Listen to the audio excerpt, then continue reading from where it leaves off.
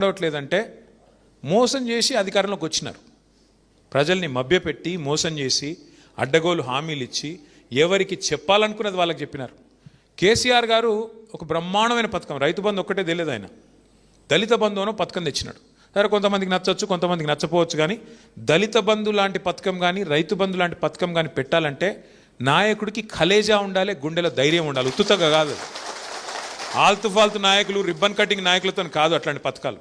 కలేజా ఉండాలి, ధైర్యం ఉండాలి. గెలిస్తే గెలుస్తా, పోతే పోతుంది, కానీ చరిత్రలో ఒక మార్పు తేవాలే అనే దమ్ము ఉండాలి. మార్పు మార్పు అని డైలాగులు కొట్టుడు కాదు, మార్పు తెచ్చే దమ్ము కూడా ఉండాలి లోపల.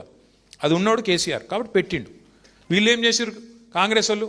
కేసీఆర్ 10 లక్షలు ఇస్తా అంటే మేము ఎంత ఇస్తా అన్నారు? ఇస్తా అన్నారా? ఎవరికన్నా ఒక్కనికన్నా 12 పైసలు పడ్డాయా ఈ రాష్ట్రంలో? ఇంకేం చెప్పిర్రు?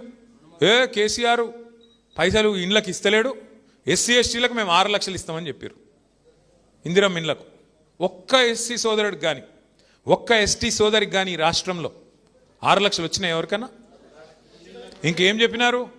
10వ తరగతి పాస్ అయితే 10,000 ఇస్తాం, 12వ తరగతి పాస్ అయితే 25,000 ఇస్తాం, డిగ్రీ పాస్ అయితే 1,00,000 ఇస్తాం, పీజీ పాస్ అయితే 5 లక్షలు ఇస్తాం. ఒక్కలకు చూపెడతావా? అవి వదిలిపెట్టు, కొత్తగా ఇచ్చేటి ఇడిచిపెట్టు. ఉన్నది ఫీజు రీయింబర్స్మెంట్, ఫీజులు కట్టే కార్యక్రమం ఉంది కదా, ఫీజు రీయింబర్స్మెంట్ రాజశేఖర రెడ్డి గారు పెట్టినారు. మంచి పథకం అని మనం కొనసాగించినాం. ఇట్లా కాంగ్రెస్ వాళ్ళు ఫీజులు ఇవ్వకపోతే, కాలేజీలు సర్టిఫికెట్లు ఇవ్వకపోతే ఒక తల్లి తండ్రి హైకోర్టుకు పోయినారు. అయ్యా వీళ్ళు డబ్బులు కట్టట్లేదు. హైకోర్టు ఏం తీర్పిచ్చింది ఎరికైనా? వాడు ప్రభుత్వం వాడు బేకారు ఉన్నాడు, వాడు ఇస్తలేడు కదా పైసలు, మీరు కాలేజీలో తల్లిదండ్రుల దగ్గరనే వసూలు చేసుకోపోండి అని చెప్పినాడు. మరి ఎందుకు ఇక ప్రభుత్వం ఇంతకంటే సిగ్గుచేటు ఉంటుందా? ఒక ప్రభుత్వము తల్లి తండ్రిగా 1000 గురుకుల పాఠశాలలు పెట్టి ఒక్కొక్క విద్యార్థి మీద 6.5 లక్షల విద్యార్థుల మీద, ఒకరు కాదు ఇద్దరు కాదు, 6.5 లక్షల విద్యార్థుల మీద ఒక్కొక్కరి మీద 1,20,000 రూపాయలు ఖర్చు పెట్టి చదివిపించిన కేసీఆర్ ప్రభుత్వం ఎక్కడ? ఆ ఫీజులు కట్టకుండా సావగొడుతున్న రేవంత్ రెడ్డి ప్రభుత్వం ఎక్కడ? అందుకే కేసీఆర్ గారు చెప్పినారు, మీకు అన్న వస్త్రానికి పోతే ఉన్న వస్త్రం పోతుంది నాయన, జాగ్రత్తగా ఉండండి అని చెప్పినారు. ఇన్లే మనం మా సోదరుడు ఒక ఆయన కలవకుర్తిలో నేను సర్వేకి పంపించిన, ఇది నువ్వు వినాలి చెప్పాలన్న. ఫోన్ తర్వాత చూద్దు తీయ దిక్కుమాలిన సోషల్ మీడియా. ఒక ఆయన కల్వకుర్తిలో కేసీఆర్ గారు మీటింగ్ అవుతున్నది, మనోని సర్వే సోదరుడిని పంపించిన నేను. ఇట్లా ఏమున్నది కల్వకుర్తిలో 3 తెలుసుకొని రాపో, గెలుస్తున్నామా ఏమవుతుంది? పోయి వచ్చి మీటింగ్ అయిపోయినాక నాకు ఫోన్ చేసినాడు, సార్ కల్వకుర్తి ఓడిపోతుంది సార్ అన్నాడు. ఏమైంది ఎందుకు అన్న? కింద ఒక 5-6 రైతులు ఉండే సార్, వాళ్ళ దగ్గర పోయి మాట్లాడితే కేసీఆర్ ప్రభుత్వం ఎట్లుందా అంటే బాగానే ఉన్నది అన్నారు. మరి ఏంది గెలుస్తుందా జైపాల్ యాదవ్ లేదా అంటే లేదు అన్నారు. ఎందుకు అంటే 10 ఏళ్ళకి ఒకసారి పంట మార్పిడి జరగాలి కదా సార్. అదేం డైలాగ్ రా నాయన, అంటే మంచిగా ఉన్నదని ఎవడని జడగొట్టుకుంటే అడరవి అట్లా అని చెప్పి 10 ఏళ్ళకి ఒకసారి పెళ్లి చేసుకొని మంచిగానే నడుస్తుంది అనుకో సంసారం. 10 ఏళ్ళకి ఒకసారి ఈ మొగుడు వద్దన్నది అనుకో అమ్మాయి, గట్లుంటుందా? లేదా ఈయన అన్నాడు అనుకో నాకు ఈ అమ్మాయి వద్దు నేను ఇంకొకరిని చేసుకుంటాను, అట్లుంటుందా? అరే మంచిగా నడుస్తున్నదాన్ని మంచిగా చూసుకోవాలి, కానీ లేదు 10 ఏళ్ళకి ఒకసారి పంట మార్పిడి అట్లుంటుందా? అంటే ఎక్కడో ఏమైపోయిందంటే టేకెన్ ఫర్ గ్రాంటెడ్ అంటారు చూడు, టేకెన్ ఫర్ గ్రాంటెడ్ అన్నట్టు. కరెంట్ ఎడబోతుంది, మంచిగా అయిపోయింది. కేసీఆర్ రాకముందు కరెంట్ లేకుండా ఇప్పుడు కేసీఆర్ మంచిగా చేసిండు, అది పోతుందా? ఇప్పుడు మళ్ళీ ఎండాకాలం కరెంట్ కోతలు అవుతున్నాయా లేవా? నేను అవద్దని చెప్తున్నా. మళ్ళీ రేవంత్ రెడ్డి లేకపోతే ఏమంటాడంటే వీడు లేనిది ఉట్టిస్తుండు, అంత బాగున్నది సుభిక్షంగా ఉన్నది, ఈయన లేని దుకాణం పెడుతున్నాడు, ఆయన నన్ను తిరుగుతాడు. మళ్ళీ వాళ్ళ అత్తగారులో కరెంటు కోతలు ఉన్నాయా లేవా? చెప్పురిగా నాకు ఉన్నాయా? వాళ్ళ అత్తగారులో నన్ను రుణమాఫీ అయిందా? నేను అడిగిన అసెంబ్లీలో రేవంత్ రెడ్డిని, అయ్యా పోదాంపా నువ్వు ఏడుకు పోదామో చెప్పు, నువ్వు రుణమాఫీ అయిందని నువ్వు అంటున్నావు, కాలేదని నేను అంటున్నా. మీ సొంత ఊరు కొండారెడ్డిపల్లె కోదామా, లేకపోతే మీ అత్తగారు ఊరు కోదామా, యాడికోదామా? పోదాం పారాబాయ్. ఒక్క ఊళ్ళోనన్నా రైతులు 100% అయిందని రాసిస్తే నేను రాజకీయ సన్యాసం తీసుకొని పీక్తా అని చెప్పిన. కదలడు మెదలాడు, బెల్లం కొట్టిన రాయిలెక్క కూర్చున్నాడు ఇట్లా. ఎందుకంటే ఆయనకు కూడా ఎరికే కాలే. అంటే ఎన్ని అబద్ధాలంటే, రుణమాఫీ చేసిన అంటాడు, రైతు భరోసా వేస్తున్నాను కేరళలో పోయి డైలాగులు కొడతాడు. ఇక్కడ రైతు భరోసా లేదు, మను లేదు, రైతుకు భరోసా లేదు, రైతు భరోసా లేదు, రెండూ లేవు. కొనుగోలు చేసిన దాన్ని ఇప్పుడు ఇక్కడికి వస్తుంటే నేను ప్రవీణ్ అన్నాడ 5 నిమిషాలు మాట్లాడుకుందామని నా రూమ్లో పోయినాం. టీవీలో వస్తున్నది, నాగర్ కర్నూల్లో పెద్ద లొల్లి అవుతున్నది, గడబడ అవుతున్నది. మక్కలు కొంటలేరు, నిన్న మొన్న వర్షం పడ్డదంట, మొత్తం తడిచిపోయిందంట, ఆగమాగం. మొత్తం రైతులంతా రోడ్డు ఎక్కి ధర్నా చేస్తున్నారు, మక్కలు కొంటలేరని. అంటే నేను ఎందుకు చెప్తున్నా అంటే, ఒక మక్కలే కాదు, రాష్ట్రంలో ఈ రోజు వరకు వరి కొంటలేరు, మక్క కొంటలేరు, ఏ ధాన్యం కొంటలేరు. అదే కేసీఆర్ ఉన్నప్పుడు మమ్మల్ని సావగొడుతుండే, ఫోన్ చేసి ఒక్కొక్క మంత్రిని ఉరికిస్తుండే.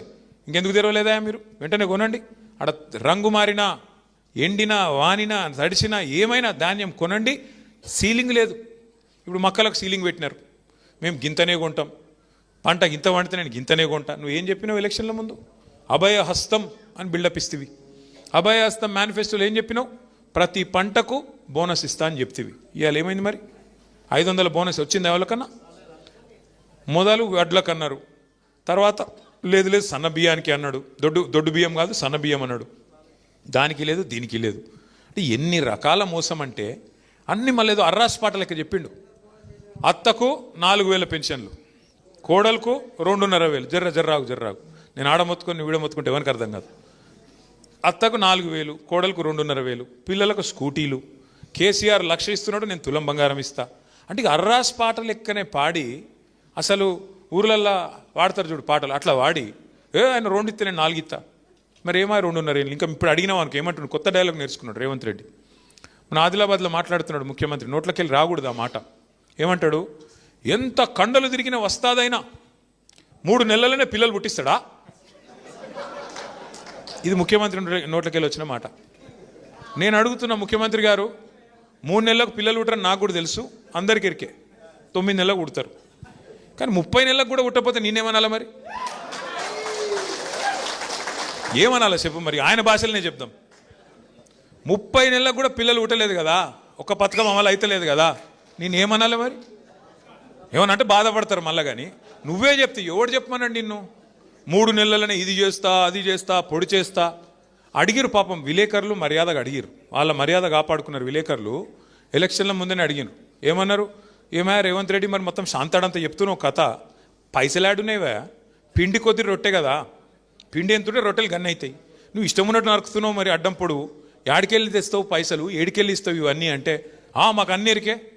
ఇంకొక డైలాగ్ కొట్టిండు ఆయన, మీకు యాదకుందో లేదో, రుణమాఫీ చేయాలంటే 40,000 కోట్లు ఒక్క సంవత్సరం కడుపు కట్టుకుంటే అయిపోయాన్నాడు. మరి ఇప్పుడు కడుపు కట్టుకుంటూ అయితలేదా? బెల్టులు దొరుకుతలేవా కట్టుకోనికే?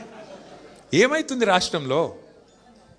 ఒక్క వర్గం చెప్పండి, నువ్వు మోసం చేయకుండా నీ చేతిలో మోసపోకుండా ఉన్న ఒక వర్గం చెప్పు. మా ఆడపిల్లల్ని మోసం చేస్తేవి, 2500 అంటివి, తులం బంగారం అంటివి. ఇప్పుడేమో కొత్త డైలాగ్ నేర్చుకున్నాడు, అందరినీ కోటీశ్వరులు చేస్తారంట. 1,000,000 మంది ఆడోళ్లను కోటీశ్వరులు చేస్తా. 1,000,000 మంది మహిళలు కోటీశ్వరులు అయితే ఎన్ని కోట్లు అయితే ఒక రాష్ట్రంలో? 1,000,000 కోట్లు. నేను అసెంబ్లీలో అడిగిన, రేవంత్ రెడ్డి గారు బడ్జెట్ సమావేశాలు ఇవి, బడ్జెట్ అంటేనే లెక్కలు కదా, మరి 1,000,000 మంది కోటీశ్వరులు అంటే ఆ 1,000,000 కోట్లలో ఎన్ని సున్నాలు ఉంటాయో జర చెప్పురా భయ్ అని అడిగిన. ఆయనకి ఎరుకుంటే నా చెప్పేది. ఉత్తగానే ఏది పడుతుంది నోట్లకెళ్ళి మాట్లాడచ్చు, జనంను ఏదో ఒకటి చెప్పి బనాయించవచ్చు, మళ్ళీ ఓట్లు వేయించుకోవచ్చు, పోవచ్చు. ఇలా రేవంత్ రెడ్డి ఏమనుకుంటున్నా ఎరికేనా?